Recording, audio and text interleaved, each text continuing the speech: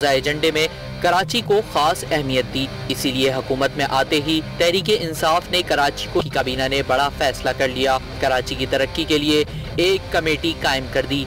Constitute किया गया है high powered committee for Karachi transformation. इसकी जो सरबराही है वो गवर्नर सिंध करेंगे।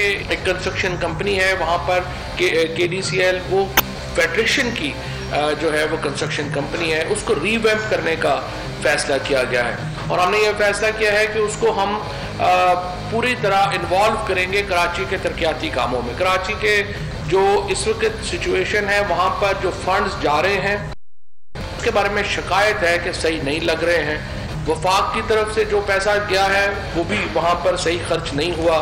वहाँ पर पानी का हालात आपके सामने हैं, सिक्योरिटी की सिचुएशन आपके सामने। एक्साइज ड्यूटी 23% मुकामी सेल्स टैक्स, 75% कस्टम ड्यूटी और 79% सेल्स ऑन इंपोर्ट्स। इस कमाऊपूत शहर को शायद किसी की नजर लग गई। कराची शहर पहले किरची किरची और अब कचराची बन गया।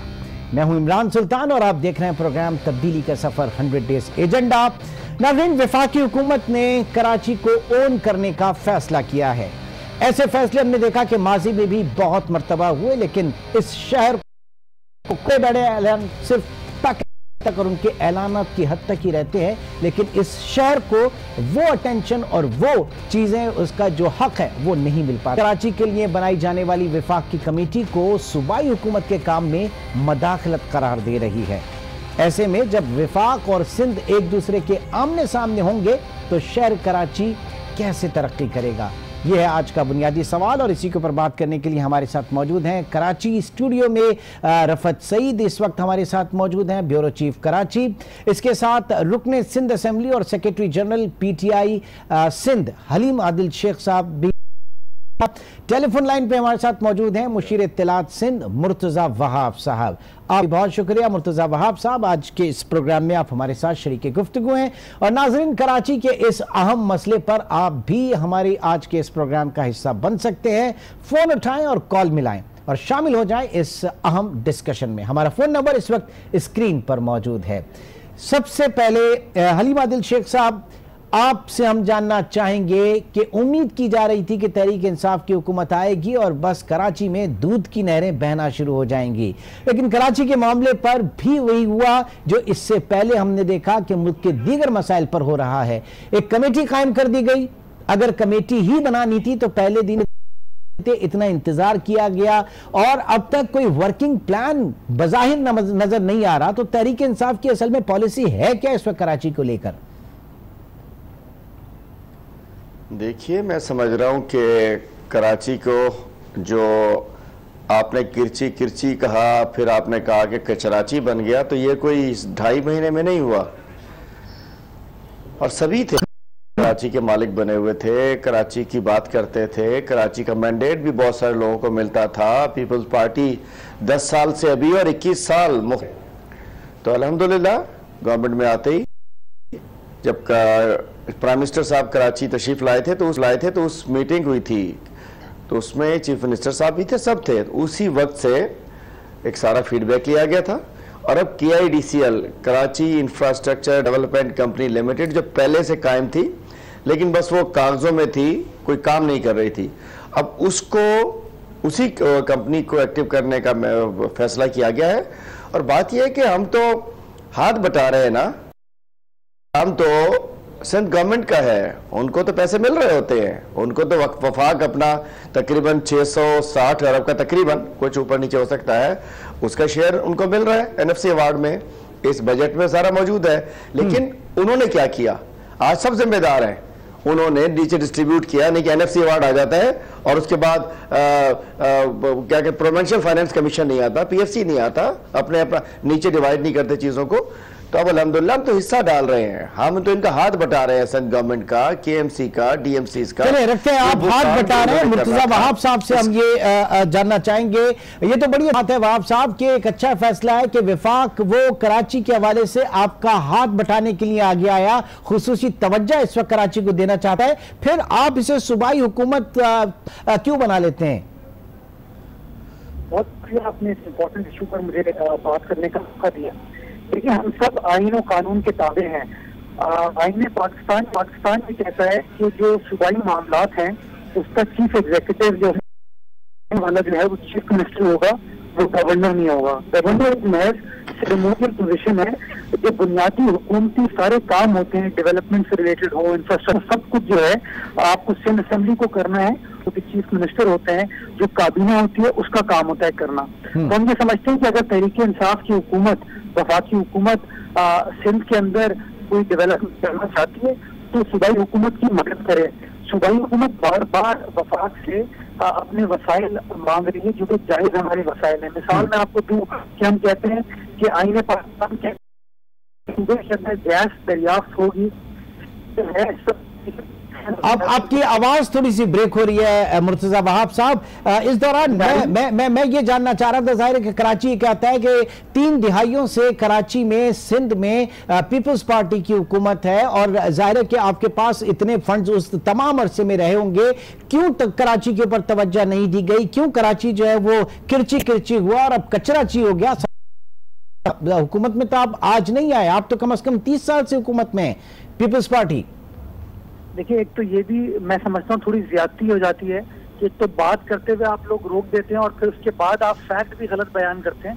देखिए, 3 दिहाइयों से तो पाकिस्तान आपकी ऑडियो सही नहीं आ रही थी, इसलिए मैंने से थोड़ा सा उस वक्त रोका था। इस दौरान आपकी ऑडियो ठीक हो गई है जी। आप इजाजत दें तो मैं बात कर लूं? जी बिल्कुल जी। आप कहते हैं जी 3 दिहाइयों से पाकिस्तान पीपल्स पार्टी की हुकूमत है। मेरे ख्याल में के अंदर आपको याद होगा पहले 5 साल तो हमारे साथ कोलिशन पार्टनर हलीम आदिल शेख साहब भी थे, हमारे साथ माशाल्लाह सूबाई काबीना के रुकन थे ये। तो इस तरह का चीज का इल्जाम पाकिस्तान पीपल्स पार्टी पर आयद करना, ये मैं समझता हूँ गैर मुनासिब। पाकिस्तान पीपल्स पार्टी के पास सिंध का मैंडेट है। पाकिस्तान पीपल्स पार्टी बार बार वफाक के सामने सिंध का मुकदमा रखती है, सिंध का केस जीत करती है। बट अफसोस के साथ तो कराची अब्बासी साहब का इंतखाब हो रहा था वजीर आजम का, तो मुत्तहिदा कौमी मूवमेंट उस जमाने में कराची की सबसे बड़ी जमात थी, उसने उनको वोट दिया और जवाब में ये कहा गया कि वफाकी हुकूमत कराची को 25 अरब रुपए का पैकेज देगी। आज उस फैसले को किए हुए 1.5 साल हो चुके हैं, 1 रुपया कराची के लिए वफाकी हुकूमत ने मुख्तस नहीं किया।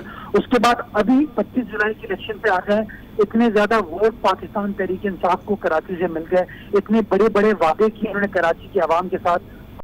आज इन 60 रोज के अंदर कराची के लिए कोई डेफिनेटिव आइडिया आपको नजर आया, कोई पॉलिसी नजर आई, कोई ऐसी मंसूबाबंदी नजर आई जिसके तहत कराची के मसाइल वो हल कर सके? यही सवाल तो पूछा जा रहा है हलीम आदिल शेख साहब से भी कि अभी तक कराची के लिए कोई चीज बज़ाहिर फर्द जो है इस वक्त नजर नहीं आई। जरा रखते हैं, रफत सईद भी इस वक्त हमारे साथ मौजूद है। रफत साहब, आप बताइए। एक बात ऐड कर लूं, एक बात कुछ कहना चाह रहे हैं। ठीक है मुर्तजा साहब प्लीज।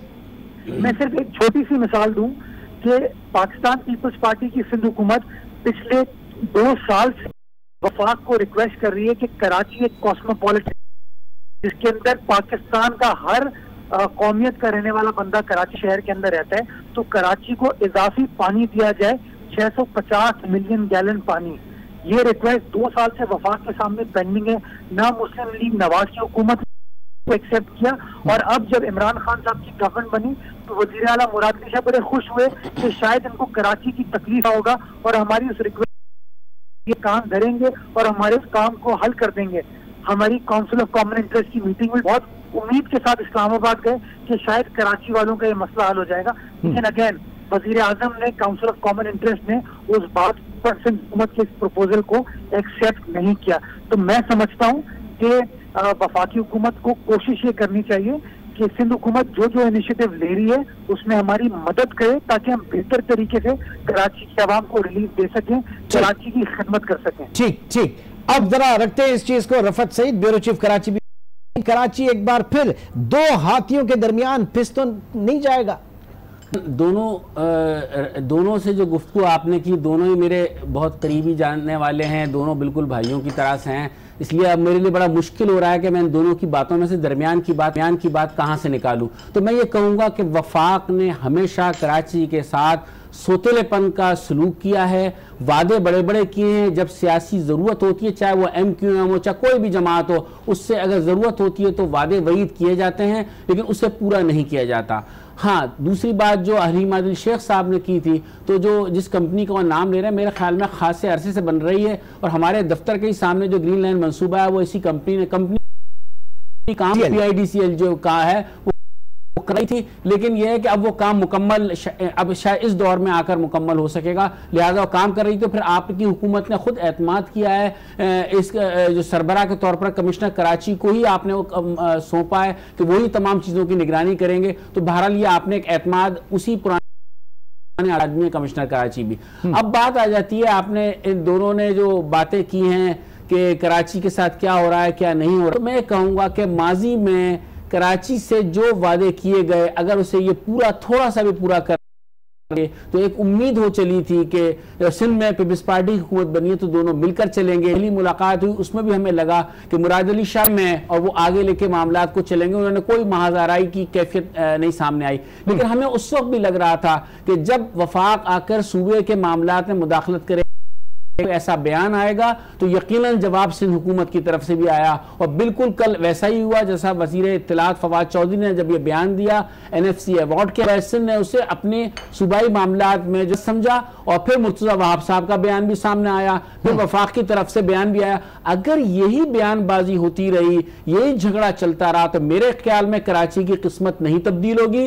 कराची में कचरा वैसा ही नजर आएगा, कराची वैसा ही टूट फूट का शिकार नजर आएगा, और बेएतमादी भी बढ़ेगी और लोगों में बेयकीन भी बढ़ेगी। और अभी तक कोई ऐसे सिम्टम्स नहीं मिले हैं जिससे लगे कि आगे चल के दोनों के मामलात, जो गवर्नर की सरबराही में टास्क फोर्स बनाई है तो सिंध हुकूमत ने तहफ़्फ़ुज़ात का इजहार किया है, और मेरे ख्याल में 18वीं तरमीम के बाद बहुत सारे मामला सूबों के पास आते हैं। अगर सूबा वो मामला नहीं करता है तो उससे बात तो रखते हैं। ये चीज जरा हलीम आदिल शेख साहब के पास रखते हैं कि हलीम साहब, ये कमेटी जो बनाई गई है और गवर्नर सिंध जो करेंगे, और जाहिर है कि एक कंसर्न इस वक्त सामने आया सिंध हुकूमत की तरफ से, सूबे का चीफ एग्जीक्यूटिव जो है वो वजीर आला है, तो इससे तो ये तासुर इस वक्त जा रहा है कि विफाक ने इस अहम मामले पे सूबाई हुकूमत को ऑन बोर्ड नहीं लिया और मदाखलत वाला सिलसिला जो है वो शुरू हो गया। फिर 18वीं तरमीम की जो असल ट्रू स्पिरिट है वो कहां जाती है? उसकी तो खिलाफ वर्जी हुई ना इसमें। 18वीं तरमीम की आड़ में ये छुपना चाहते हैं, ये उसके आड़ में बहुत सारी चीज़ों से राय फरार इख्तियार करना चाहते हैं, अनाउंसमेंट कर देते हैं। ऐसी बात नहीं है। हमारा बड़ा हम अच्छे माहौल से हम चाहते हैं कि अपना हिस्सा डालवाए।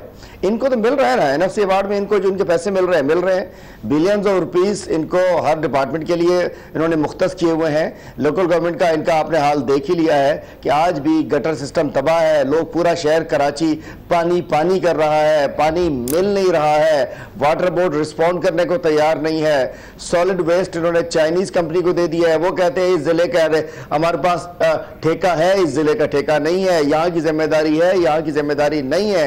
मतलब आप खुद देखिए, खुद आज चीफ मिनिस्टर साहब का बयान मैंने पढ़ा आज या कल, वो कह रहे थे कि मैं तस्लीम करता हूं कि तालीम और सेहत की इमरजेंसी लगाने के बावजूद हम इनको ठीक नहीं कर पाए, हम लोगों को सहूलत नहीं दे पाए। थर में 500 बच्चे मर चुके हैं अंदर, तो क्या ये अपना काम तो करे ना।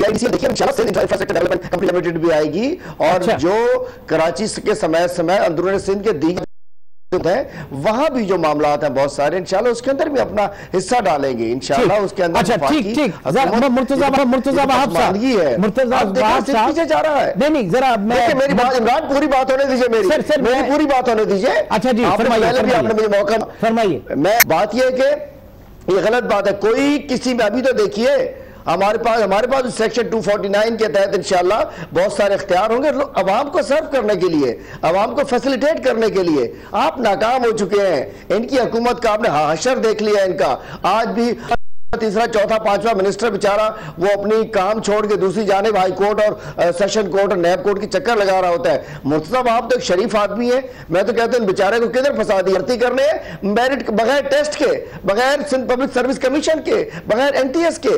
ये एक अच्छा आदमी है, उसको भी इन्होंने रख लिया बात करने के लिए। मैं कहता हूं कराची को हम इंशाल्लाह हम सर्व करेंगे। ठीक, अब जरा मुर्तज़ा वहाब साहब ये जो भी बात हो रही थी एनएफसी अवार्ड की, कल इसके ऊपर भी आपकी हुकूमत का कंसर्न सामने आया कि 3% फाटा किया जाएगा, सूबे अपना एनएफसी वो कम करके, और ये वोट नहीं लिया गया। तो कंसर्न्स आपकी तरफ एग्जैक्टली क्या यही है जो मैं बात कर रहा हूँ? जी इमरान साहब, मैं जरा एक और बात कि कराची की कमेटी है, कराची की तरक्की की कमेटी कायम और गवर्नर उस कमेटी के सरबराह। तो इमरान साहब मैंने बैठे थे सिंध के शहरी कि क्या इमरान इस्माइल साहब कराची हम तक सही नहीं पहुंच पा रही। हम दोबारा आपको कॉल करते हैं, एक बार फिर रब्ता करते हैं आपसे। देखिए ये वही कमेटी है, नून लीग के दौर में इन्हें एतराज नहीं था, गवर्नर जुबैर से एतराज नहीं था, चूंकि इनके इत्तेहादी हैं, वो आज इकट्ठे बैठे हैं लोग। उस वक्त भी यही KDCL था, यही कमिश्नर साहब उसके सेक्रेटरी थे, और गवर्नर नून लीग का था तो ठीक था, गवर्नर PTI का सरबराही कर रहा तो ठीक नहीं है। उन्होंने तो अनाउंस किया था 25 अरब रुपए गवर्नर के थ्रू दे रहे थे वो लोग, वो चलता था सारा।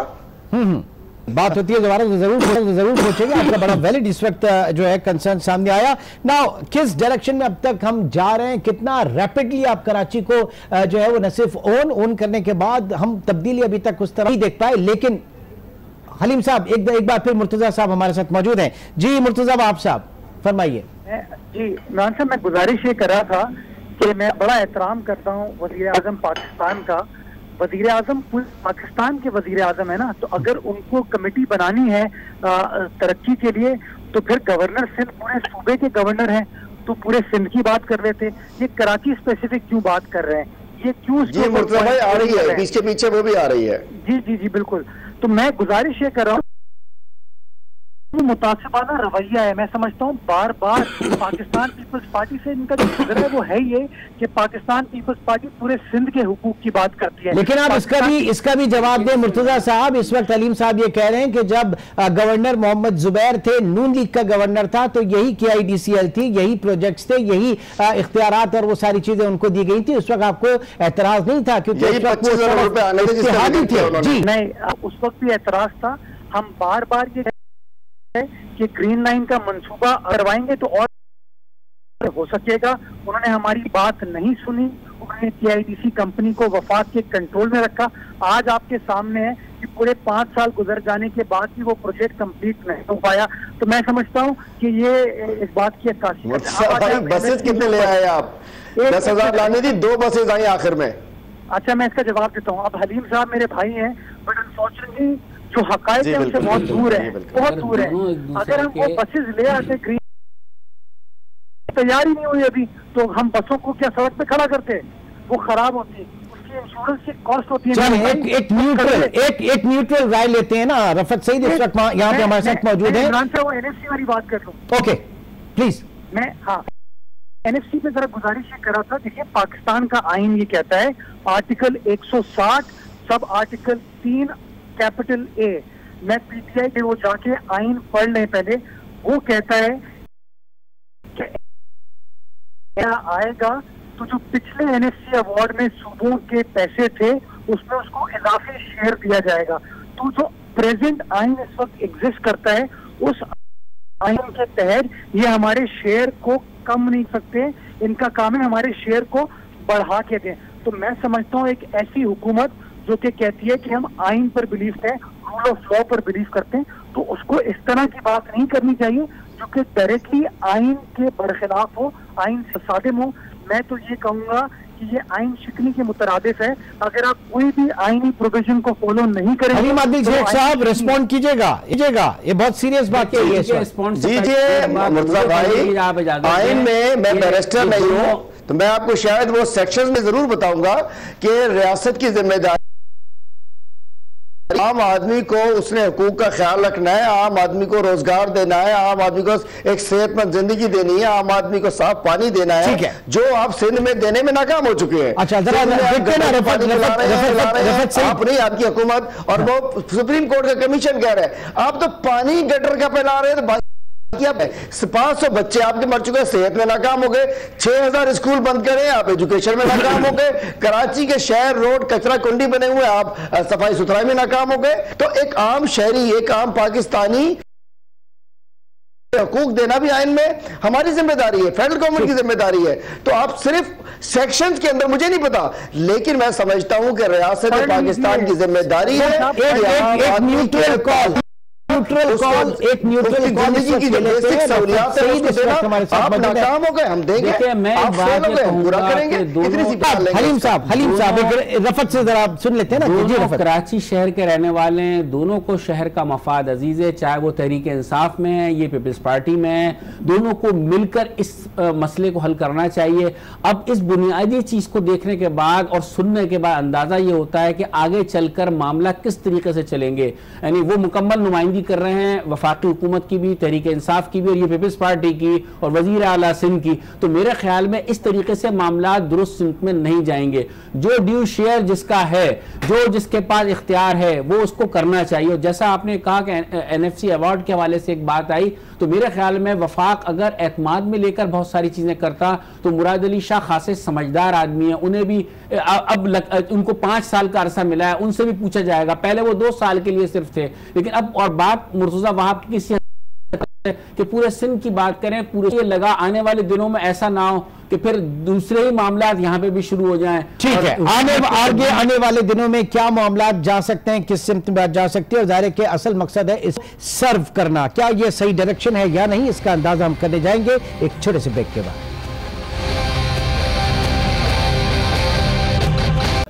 अच्छे जेस्चर का मुजाहरा वजीर इस तरह की सूरत हाल में लग ये रहा है कि हमारा सूबा सिंध सफर करेगा, हमारा कराची शहर सफर करेगा अगर ये सूरत हाल ज्यादा अरसे बरकरार रही। और मुझे खदशा ये है कि अगर ये सूरत हाल बहुत अरसे बरकरार रही और फिर महाजराई उस सतह पर ना पहुंच जाए जहां से वापसी मुमकिन ना हो, जिस तरह माजी में हुआ करता था कि आपने देखा जब वजीर नवाज शरीफ जो है वजीर आला पंजाब थे और वजीर आजम मोहतरमा बेनजीर भुट्टो थी, तो कहीं उस नहज पर ना चला जाए। चूंकि आगाज बहुत सख्ती से हुआ है, आगाज NFC अवार्ड की तरफ के मामले पर हुआ है, तो इसमें सिंध से आवाज उठेगी, सिंधी कौम परस्त जमातें भी सामने आएंगी, पीपल्स पार्टी गो के वफाक की जमात है, लेकिन जो सिंध का वोट बैंक है वो आवाज उठाएगा। और फिर उसके बाद कराची शहर के हवाले से जो सूरत हाल सामने आ रही है, इसमें शहर के साथ ज्यादती होगी। इस वक्त जो खटास है वो आगे चल के कड़वाहट ना बन जाए, ये अंदेशा, ये डर है। जी देखिए इमरान साहब, मैं तो आज भी ये समझता हूँ कि इंसान को पॉजिटिव रहना चाहिए, इंसान को काम करना चाहिए, फोकस करना चाहिए उन चीजों पर जिसमें आप आवाम की जिंदगी में बेहतरी ला सकें। मेरे दोस्त हैं, मेरे बड़े भाई हैं, हलीम साहब PTI में बड़े अहम रहनुमा हैं। मैं तो आज से कोशिश करूंगा कि आप सियासत छोड़ दीजिए इस चीज के ऊपर, कराची के पानी के मसले को हम हल करते हैं। सिंध हुकूमत के कराची को इजाफी 650 मिलियन गैलन पानी मुहैया दिया है, उसमें हमारा हाथ बटाएं ताकि वो पानी कराची के शहरियों को मिल सके। इससे आप मुस्तफीद हो, मैं मुस्तफीद हूँ, हमारे बच्चे मुस्तफीद हो, हमारे इलाके के लोग, इसमें हमारा हाथ बटाएं। हम चाहते हैं कराची सर्कुलर रिवाइव हो, हम चाहते हैं कराची सर्कुलर रेलवे रिस्टोर हो। हमने अपनी मेहनत से उसको CPEC में शामिल करा दिया। हम गुजारिश खान साहब वज़ीर आला मुराद अली शाह को साथ बिठाएं और कहें कि बिल्कुल कराची सर्कुलर रेलवे हम रिस्टोर करते हैं आपके साथ मिलके। बार बार गुजारिश करते हैं कि जो सिंध की आवाम का बुनियादी हक है कि हमें गैस की लोड शेडिंग हमारे पास नहीं होनी चाहिए। हम गुजारिश करेंगे इमरान खान साहब से कि वो वज़ीर आला का हाथ बटाएं, इन चीजों पर सियासत नहीं होनी चाहिए। मैं समझता हूँ छोटी सी एक बात अर्ज करूंगा, छोटी सी बात अर्ज करूंगा। कराची जब प्राइम मिनिस्टर तशरीफ लाए की मीटिंग में मुराद अली शाह साहब मौजूद थे, इत्तफाक से मैं भी था, और PM साहब की मौजूदगी में सारी बातें हुई थी और वहां कोई इस किस्म का मुझे इतराज सुनने में नहीं आया था। और वो मौजूद थे उस मीटिंग में जहां कराची पे डिस्कशन हो रही थी कि कराची को पानी के इश्यूज क्या है, कराची के तरक्याती इश्यूज क्या है, कराची में क्या होना चाहिए। इत्तफाक से शाह साहब वहां मौजूद थे, मुराद अली शाह साहब। नहीं, मैं गुजारिश ये कर रहा हूँ, आज लाइव TV पे हम बैठे हैं, आप इंसाफ के पाकिस्तान पीपल्स पार्टी के बिहार पे आपको कमिटमेंट दूंगा कि कराची को जो 650 मिलियन गैलन पानी बार बार से हुकूमत मांग रही है, आप अपने वजीर आजम से हमें वो पानी ग्रांट करा के देंगे, हमारी मदद करेंगे उसके अंदर। जी हलीम साहब। चलिए जी, मैं तो मेरी असेंबली की तकरीर थी जिसमें हमने कहा था कि हम आपकी मदद करना चाहते हैं और हम चाहते हैं कि हम आपकी मदद करें, और ये भी हमारी की जो कराची पैकेज भी अगर आपकी मदद की, चूंकि जिम्मेदारी तो सिंध गवर्नमेंट की है, लेकिन मैं तो इंशाल्लाह कमिटमेंट देता हूं कि कराची के लिए और पूरे सूबा सिंध के लिए जो कुछ रोल प्ले करना पड़ेगा से हम आपके साथ मिलकर लड़ेंगे।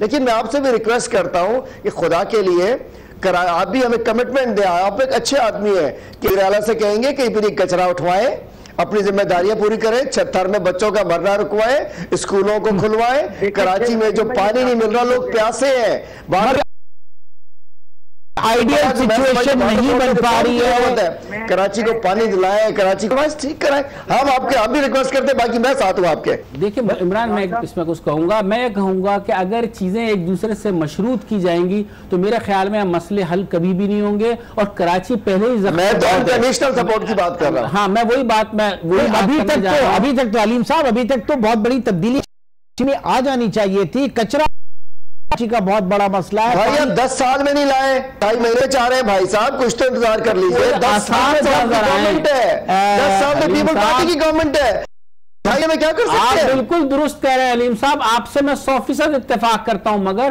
कोई आसार तो नजर आए, कहीं से आगाज तो करें कि एक तब्दीली महसूस हो, तब्दीली महसूस हो, नया पाकिस्तान होश नहीं करना चाह रहे हैं, क्या उठे दे दो, किकबैक ले लो, घर चले जाओ, इंशाल्लाह आपको नजर आएगा कराची इंशाल्लाह पूरा सीख अपना इसमें इंशाल्लाह करे कि एक कराची शहर भी चमकता हुआ नजर आएगा। साहब मेरे ख्याल से जी देखिए इमरान साहब, मैं तो कोशिश ये कर रहा था कि हम इस प्रोग्राम को सियासी एतबार से हम इशूज के ऊपर बात कर लें।